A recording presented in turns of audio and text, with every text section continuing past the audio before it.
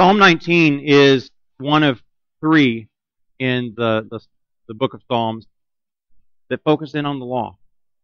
But it does it in a way in which the other two don't. So Psalm 1, which begins the Psalters, talks about happy are those who keep the law. Happy are those who meditate on the law. That's what the introduction to the entire Psalter kind of points. That's kind of what this beginning to unfold is. What does it look like to live out of that way of life? Psalm 119, which is the longest of the Psalms, goes in incredible detail through every single letter of the Bible, or every single letter of the Hebrew alphabet from Aleph. Gosh, I've forgotten what the last letter is. Anyway, so it's basically, if you're going to do a poem from A to Z, that's what they're doing. Tau. I mean, I'm too young for that stuff to start happening. It's the middle of Lent, so forgive me. Anyways.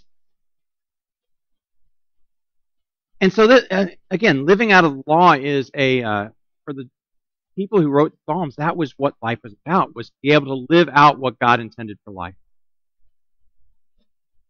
But Psalm 19 takes two pieces. It takes not only the law itself, and the law itself being good and wonderful, sweeter than honey in the comb, but it also takes creation.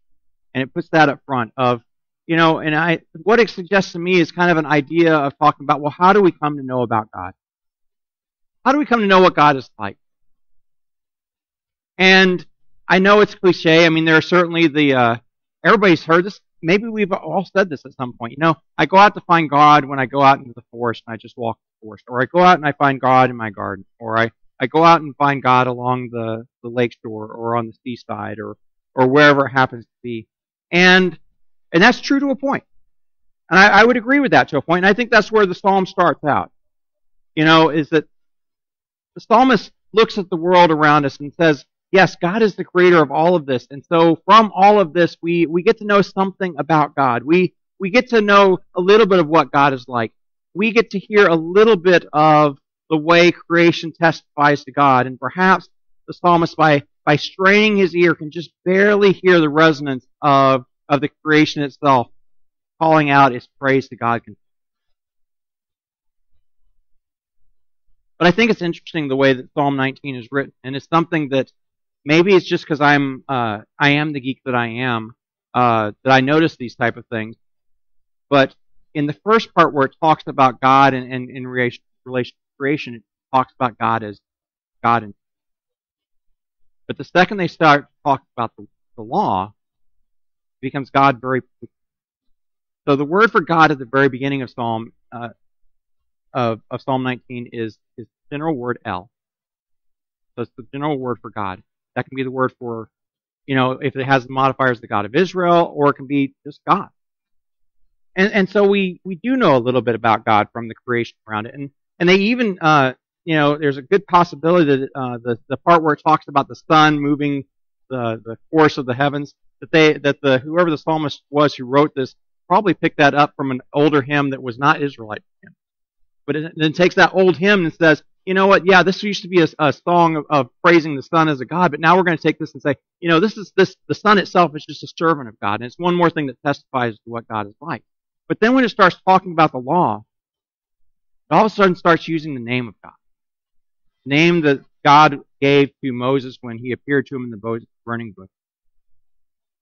The name, I am who I am. So every time you see Lord there, all of a sudden that I am word is right behind it. The name of God, Yahweh. The name, excuse me. So the law of the Lord is perfect. The decrees of God are sure. The precepts of the Lord are right. Over and over and over again. It's not only just a general God, but it's a very specific God. A God who has revealed God's self to the people of Israel and to us. And I do think that we need kind of all these pieces. One of the things that we've been talking a little bit about, started this last week, talking about how do we read the Bible. Well, we do have these pieces of what we use. We have our experience. We have our reason. We don't throw those out. We don't say, hey, we just ignore the world and just pay attention to everything in the Bible and nothing else. But we also need that revelation that God gives us, that self-disclosure that God gives. And for the Jewish people, that starts with God giving them the law, the way in which they were to live, the intention that God had for them to live as a people in harmony with not only one another, but in harmony with God's creation. You know, as I was looking at this, I was called back to one of Luther's old, Lord, keep us steadfast in the word. You know, and Luther's desire in the midst of that was to be held fast. And for Luther, the word is yes, it's the word of God, and that's first of all Christ, but it's also the Scripture. And it was this calling, Lord, keep us steadfast to this. And I think that would resonate with Psalm 19, because you know the psalmist understands that the ways that the Lord has declared are good. But the law that the Lord has given the Jewish people is a good thing. It's a positive thing. It's something that God intended for their benefit. It's something God intended for their life. And yet, there's a need for grace. Lord, who can know when they've messed up? Who can know when, as the psalmist puts it, keep your servant also from hidden fault. Don't let the insolent have dominion over. You know, it is one of these things where we need grace. We need forgiveness. We have times where we will step out of line, and sometimes we won't even realize we've done it. And sometimes we'll realize we've done it, and we'll know what the law says is good, and we still do what's wrong anyway. And yet I do believe God continually calls us back. God continually calls us back both through the word that God gives, but also through the witness of the creation around us.